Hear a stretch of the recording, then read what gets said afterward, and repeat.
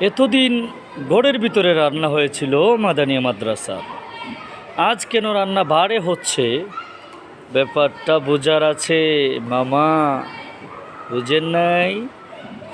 আজ একজন ব্যক্তি উদ্যোগ নিয়েছে মাদ্রাসার উভয় শাখা, মহিলা পুরুষ শাখার ছাত্রছাত্রীদেরকে নিজ হাতে খাবার খাওয়াবে বলে বাহিরে রান্না করা হয়েছে।